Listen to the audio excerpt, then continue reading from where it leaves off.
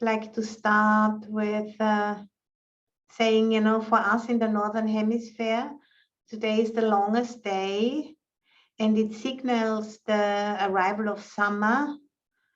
And at the same time, also the gradual advance towards fall has started basically today. And then once we reach the fall, that's been marked by an equinox. So today is the longest day, and then when there's the equinox, the day and the nights are exactly the same length. And there's two things, you know, which drive these seasonal changes. One is the Earth's tilted axis, and the second one is the Earth's orbit around the sun. So due to those two things, we have the solstices and the equinoxes. And, you know, in traditional, in particular what I know about pagan Europe, you know, that was a time of bonfires and dancing all night and people jumping over bonfires. And then there was like the, you know, the thinking that the highest jump over the bonfire would be about the length of the crops, which was to be expected. So the theme is abundance, fertility, nourishment, and growth. So, you know, entering a new phase and inviting in nourishment and growth into our lives. And that's like a kind of an intention, you know, we can make on this very special day, being supported, you know, by the earth herself, as she also undergoes that small change, you know, which happens 4 times per year. And, you know, and recognizing these small shifts in the planet's natural rhythms can help us, you know, to become more attuned to the planet and to nature. So we feel more grounded in her, as her. Because I think that's what most of us, you know, in this time of great changes are feeling, you know, a sense of, even, you know, not everyone is in that right now, but a sense of disorientation, a sense of, you know, feeling a little bit ungrounded in a time where there is so many of the older systems, you know, starting to show quite big cracks and showing, you know, that they are no longer really dependable or working very well. And so then if we can open up to something much bigger than this, you know, human systems which we have built, and look at the earth herself and how she changes and moves, there's a sense of, yeah, there's a sense of we can depend on that. That can be our basis of where we are standing, where we are working from. So, you know, I've thought today, because it's the solstice, we could, you know, together, you know, gather in our resources, you know, and remembering what is working, remembering, you know, what is available to us every moment. When we remember it, when we can, you know, step out of our minds and are more in a direct contact with the earth herself through our body. Because our bodies are part of the planet, as I've said, you know, many times. And many of the meditation guidances I share with you on the Wednesday mornings are about, you know, sensing into that truth and coming out of our minds and sensing into this deep interconnectedness, this deep interbeing, this very present non-separation of what it is, you know, to have or to be a body and the planet herself. We are made out of exactly the same materials, and there's a constant exchange. We never cut the umbilical cord. And I think, you know, that's something we can hear many, many times, but to really sense it deeply in our own being, that's something which needs to be practiced many times, so that it really sinks in and it changes us. Because only if we come from that connectedness will there be, sustainable solutions for the questions, we are having now at this time of polycrisis and, great divisiveness and, a time of new orientation. And it can't come from our heads alone. It needs to be based on a deep understanding who we really are. And that, is connecting with our own bodies first. And then from that, solutions will emerge. So saying, speaking about resourcing, the guided meditation today will be about resourcing, and that means, coming back to the source, coming back to the beginning. And, we have the Buddhist concept of yoniso manasikara, which means thorough or radical attention, or also wise consideration, getting back to the root. The word yoniso has the word yoni in it, and yoni means womb. And also, here at the Aloka Earth Room, we have the Prajna Paramita statue, which is also called, the mother of all the Buddhas. She has the womb, she has that emptiness in herself. And all of the Buddhas are born out of this realization of emptiness. And, in the early Buddhist teaching, we call it anatta, not self. And the Venerable Thich Nhat Hanh so beautifully, describes it as interbeing. That recognition, is at the root of enlightenment. And at the same time, at this time, on the planet with its unfolding, interlocking crisis, it is also a question of survival of our civilization to really, come up with solutions for living our lives, which are based on this deep recognition of interbeing. So, it's not only a question of, surviving as a species. It's a spiritual crisis we are in, which needs to be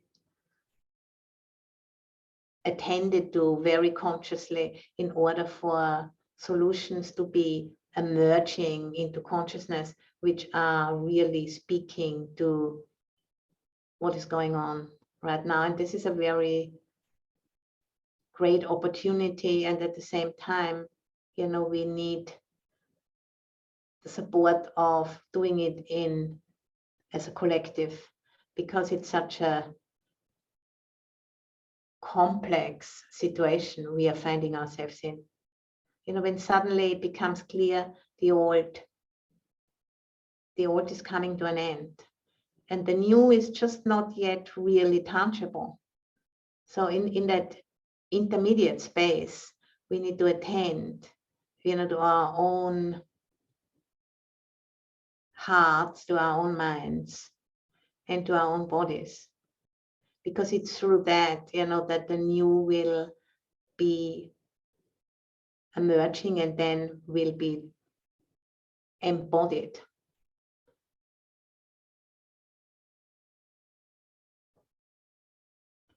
And, let's just start by finding a posture we can sustain for about 40 minutes.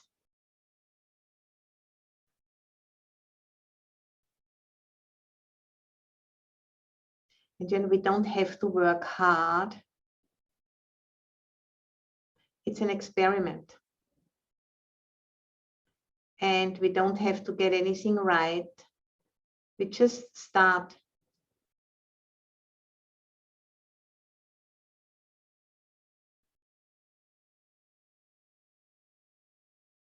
And, taking a breath and just seeing, do you think you have to work hard? Or can you just be here? I feel myself for my own benefit, and from that, I can benefit the system around me. Just as Connie said, about her grandchildren who come to her for advice. But first, we have to feel ourselves to a certain extent. Just like in an airplane, put on the oxygen mask yourself first and then helping others from that resourced place.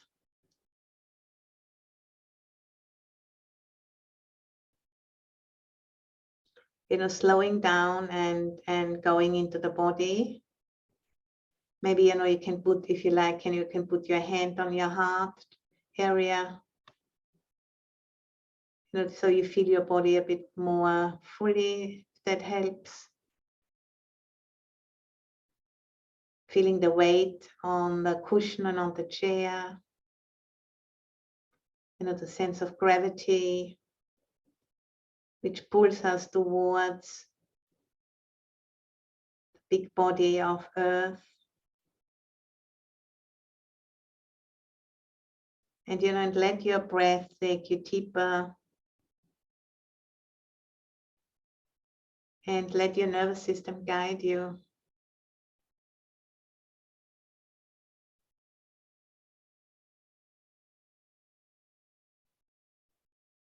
Guide you into the ground underneath you.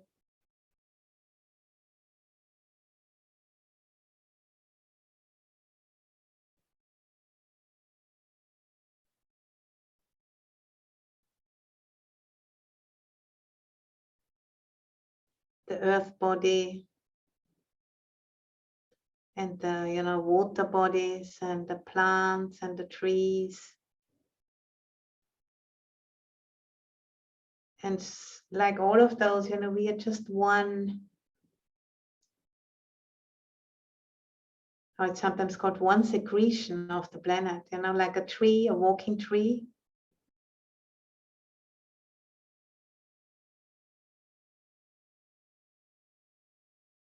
And it's such a, it's such a foreign concept that we just need to, let it stand and do its work. And maybe the mind gets a little bit kind of shuffles around, not knowing what to do with this. Doesn't need to be doing anything. Just letting it be there. We are a secretion of the planet herself.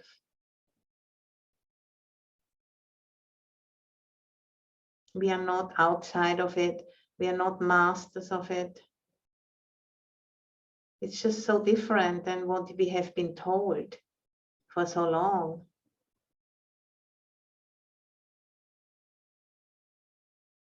Feels like, going on ice.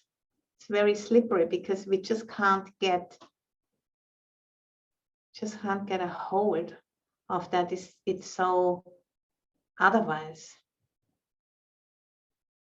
And just let that slippery slope be what it is. That's also that's our chance to move into a much deeper embeddedness and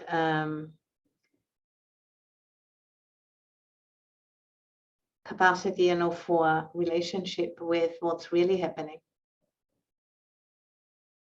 But it's disorienting. And how could it be otherwise, really? How could that be otherwise if it's it's a total shift in self-understanding. Like an evolutionary threshold for, for Homo sapiens. Like, we have been meeting many, many times in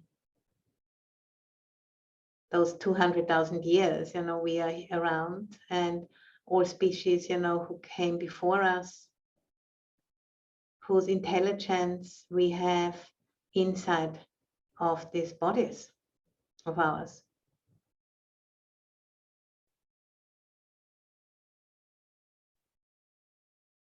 And we haven't been really relating to all of this for a long time because we have been, specializing on other ways of knowing. Particularly, we've been occupied with science, technology, and the so-called exact sciences,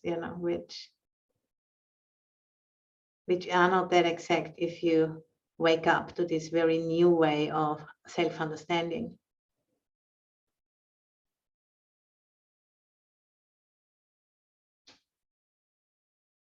And this is the crux, this is the point, this is what we want to train in these Wednesday mornings, to shift the self-understanding so that we are open to new solutions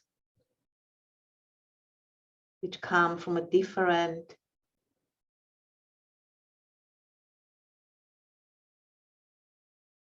mindset.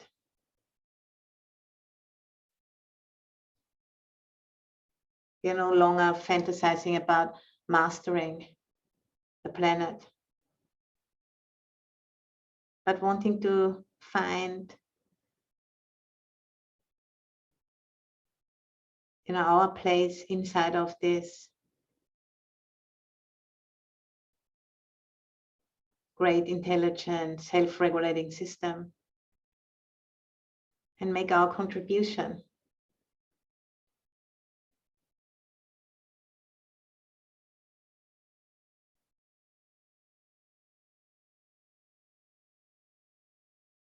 So building that connective or connecting tissue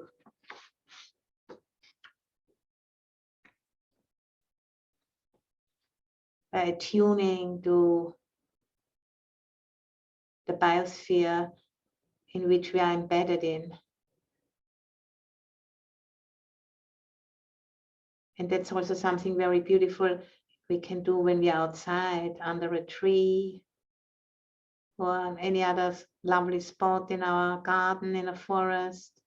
We go for a walk, but we can also do it, from the city.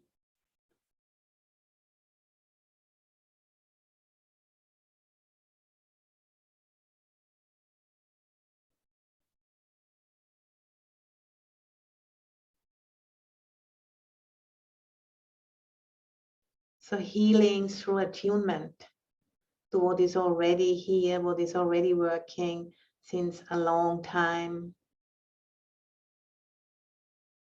And we have just been, just gotten sidetracked as a culture, as a civilization, because we were fascinated, with certain gadgets which, had their function, but they have revealed the limits.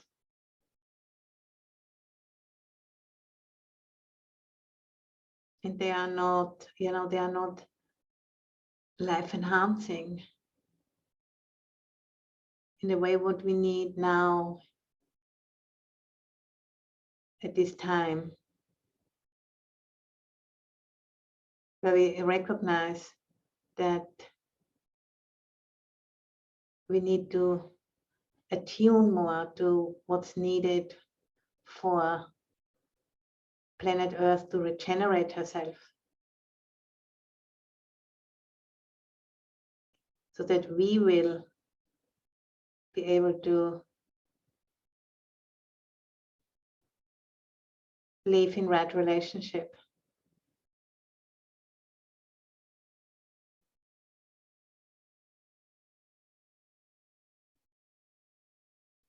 And support that regeneration.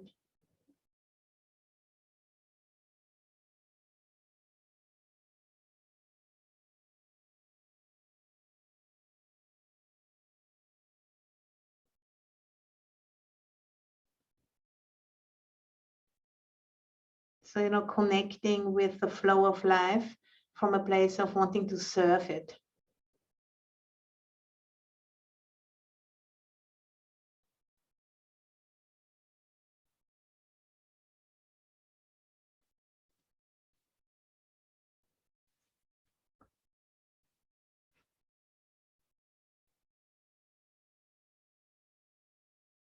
By recognizing this is much more than human affair.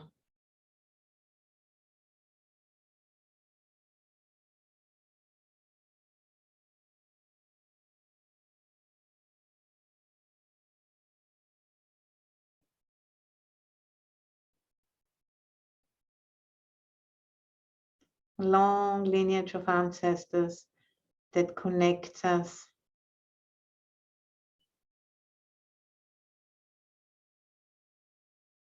to the planet.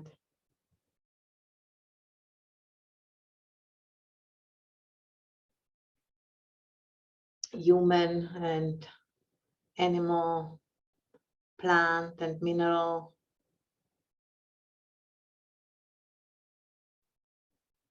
liquids, all of those different kinds of beings which are part of us and part of the planet.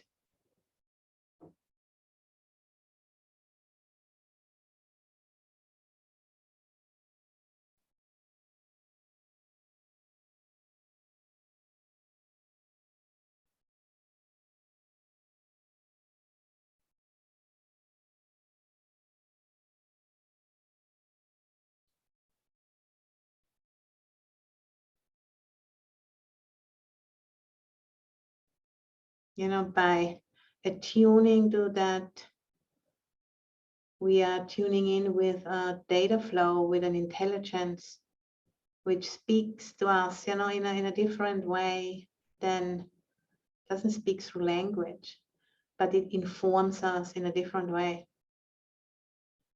by attunement.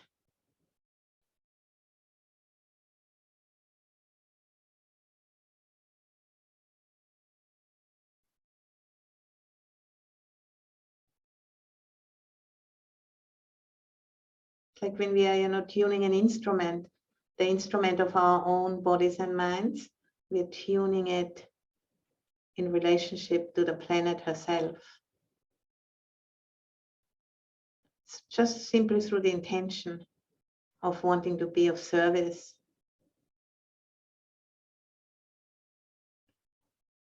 of wanting to know how we can help.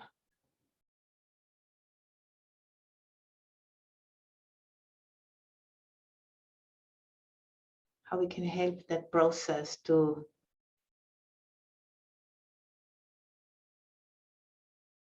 get more strong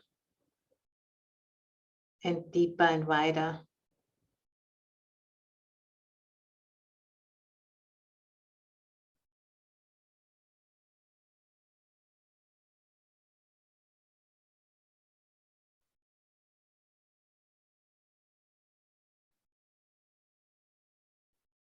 So I'm just noticing, how does that feel in the body if you understand yourself as a part of this long lineage of ancestors behind us, and then the young ones and the ones not yet born in front of us.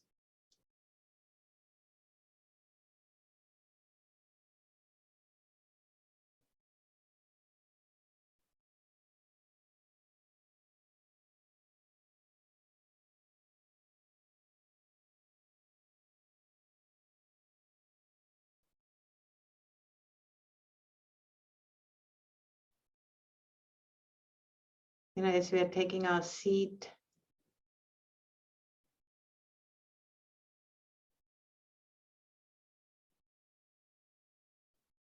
and offering our practice in this way.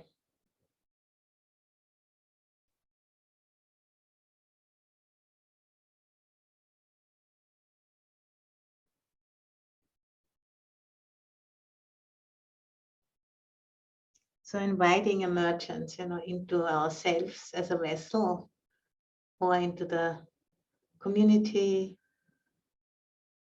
in our little online community, we are a vessel also.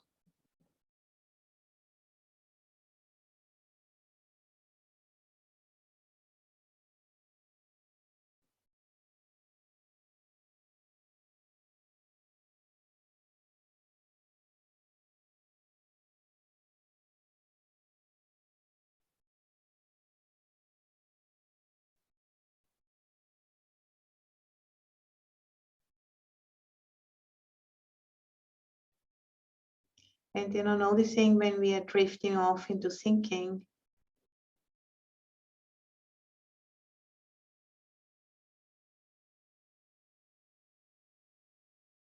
If we can't, if we can't sense or feel the body, we tend to overthink. Just coming back to the body.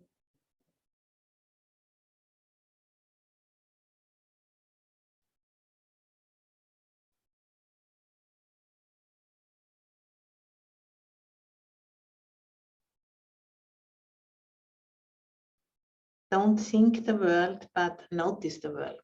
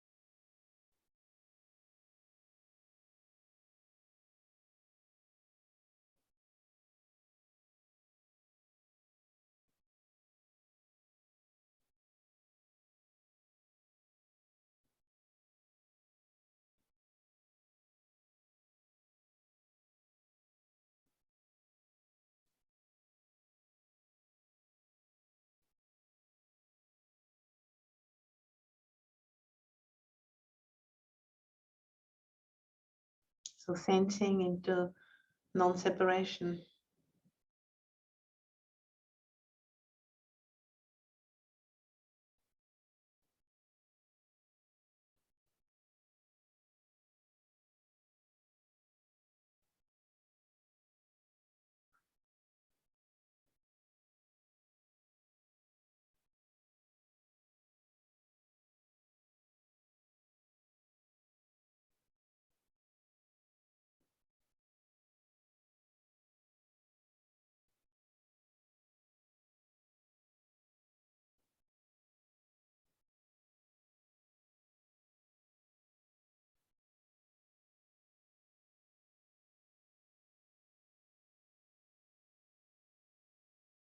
And if the mind wanders off into thinking about something, or maybe getting dull, just as we are noticing that we are more here.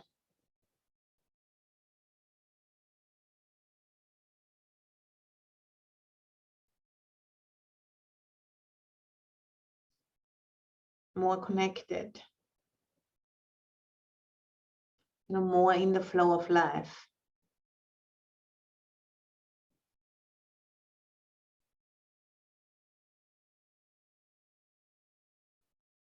More able to respond from that flow rather than to react.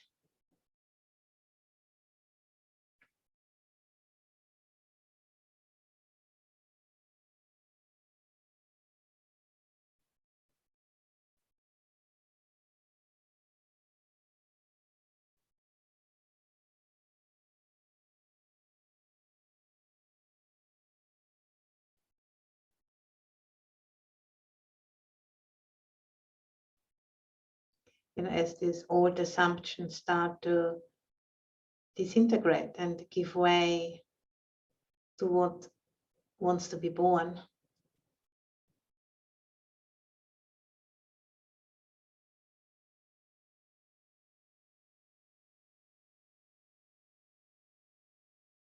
that slippery, icy surface, which we need to familiarize ourselves with by giving it time,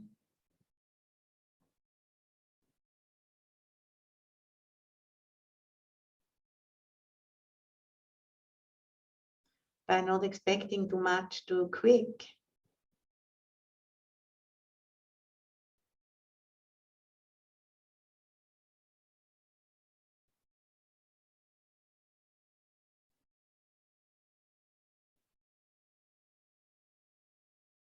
So kind of developing a tolerance for not knowing how it's going to unfold.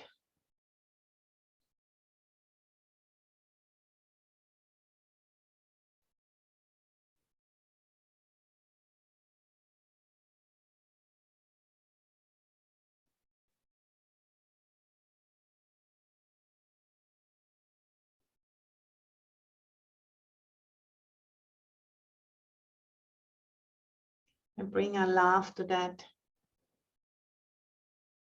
the willingness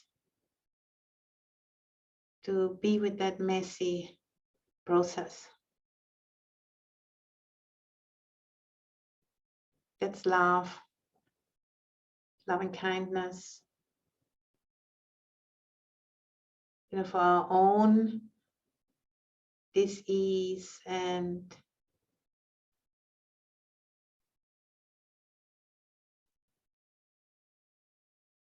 for the birth pangs of the new.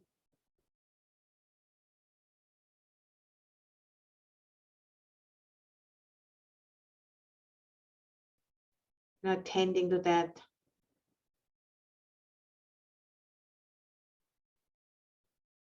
in a precise way.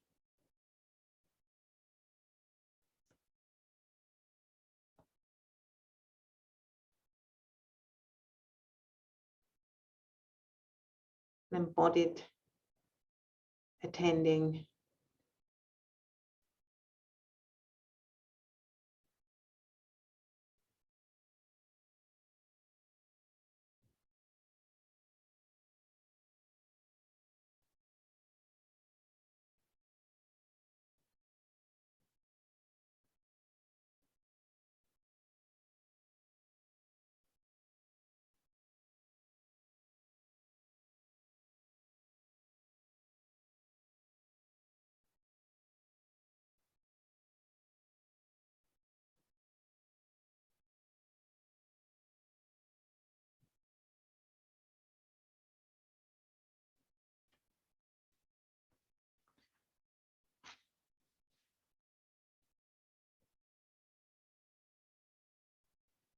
So connecting with the wisdom we hold inside by simply being part of this planet.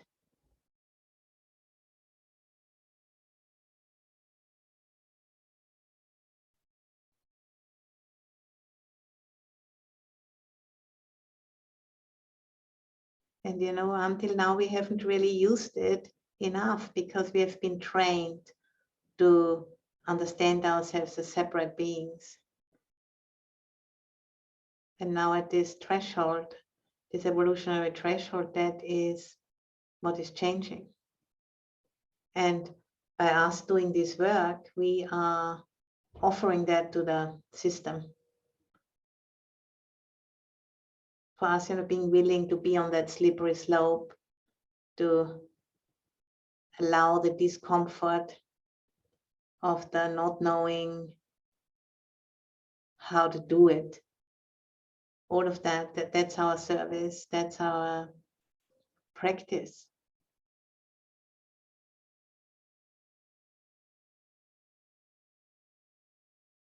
And it unfolds as we engage it.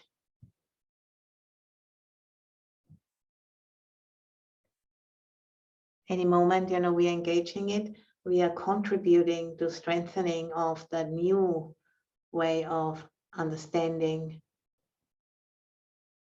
for our whole species. That's how those things work. Until there's like a critical mass reached, and then there is deeper shifts. And it starts with us, it's not nobody can do it for us. We have to do it together. Can't be done by like a president or somebody else. Us, we are it. We are the ones we have been waiting for.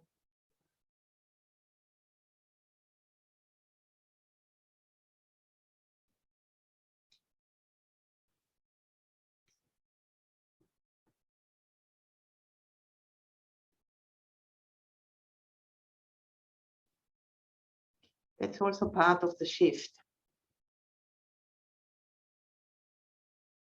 out of patriarchy.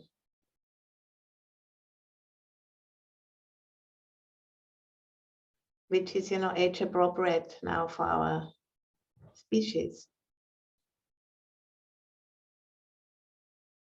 To question all of those assumptions.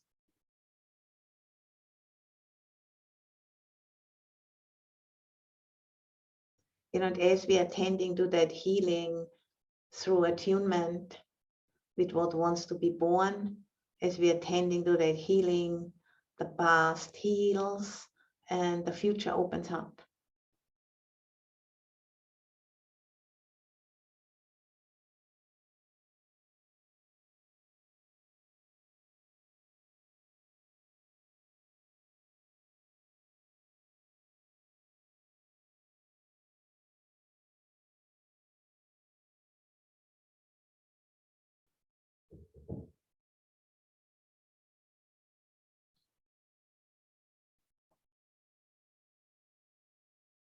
It's a very honorable assignment, which we are serving if we are practicing in this way.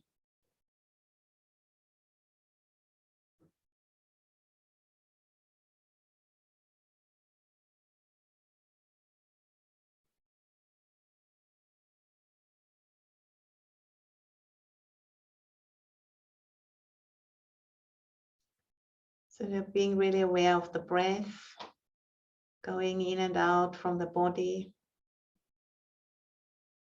expanding and contracting.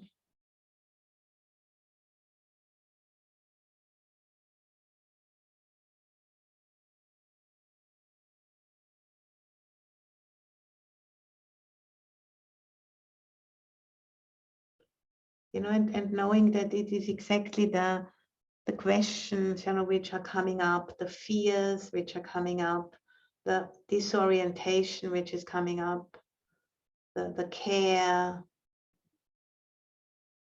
the grief, all of those experiences, they are fueling our search, for a more attuned relationship with life.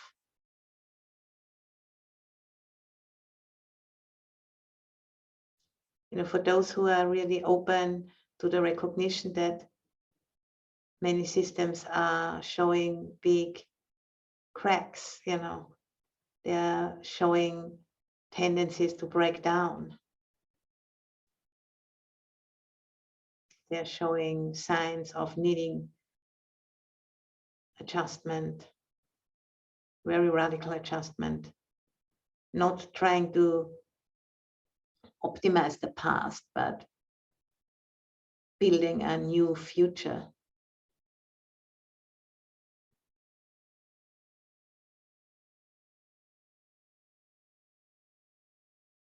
That is a process. We can compare it with the big cathedrals which have been built, in Europe. Took several hundred years. The person who set the first stone never saw the end of it. This kind of attitude, we need to bring to the practice.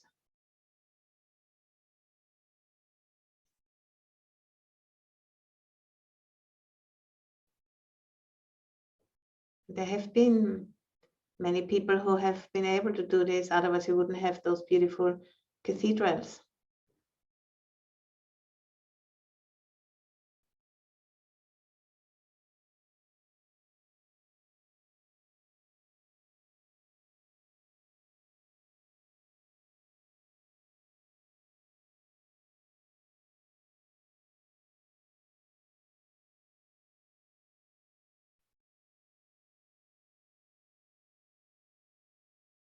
So, and I really appreciate you, coming to these sittings and, opening yourself to this work together.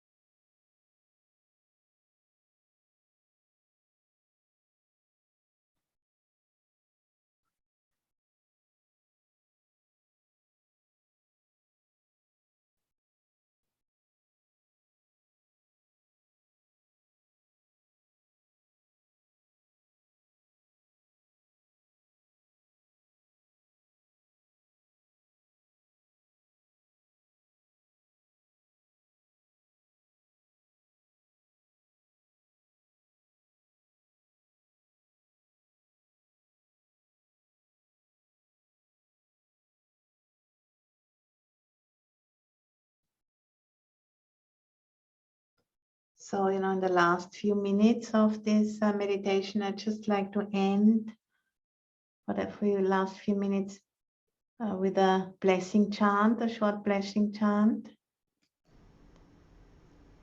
for our work and, for our willingness to step into this slippery area where there is so much newness. So, kind of recognizing all of you for that and sharing blessings. May you have every good blessing. May all the devas protect you by the power of all the Buddhas. May you ever be well. May you have every good blessing. May all the devas protect you by the power of all the Dhamma. May you ever be well. May you have every good blessing. May all the devas protect you by the power of all the Sangha. May you ever be well.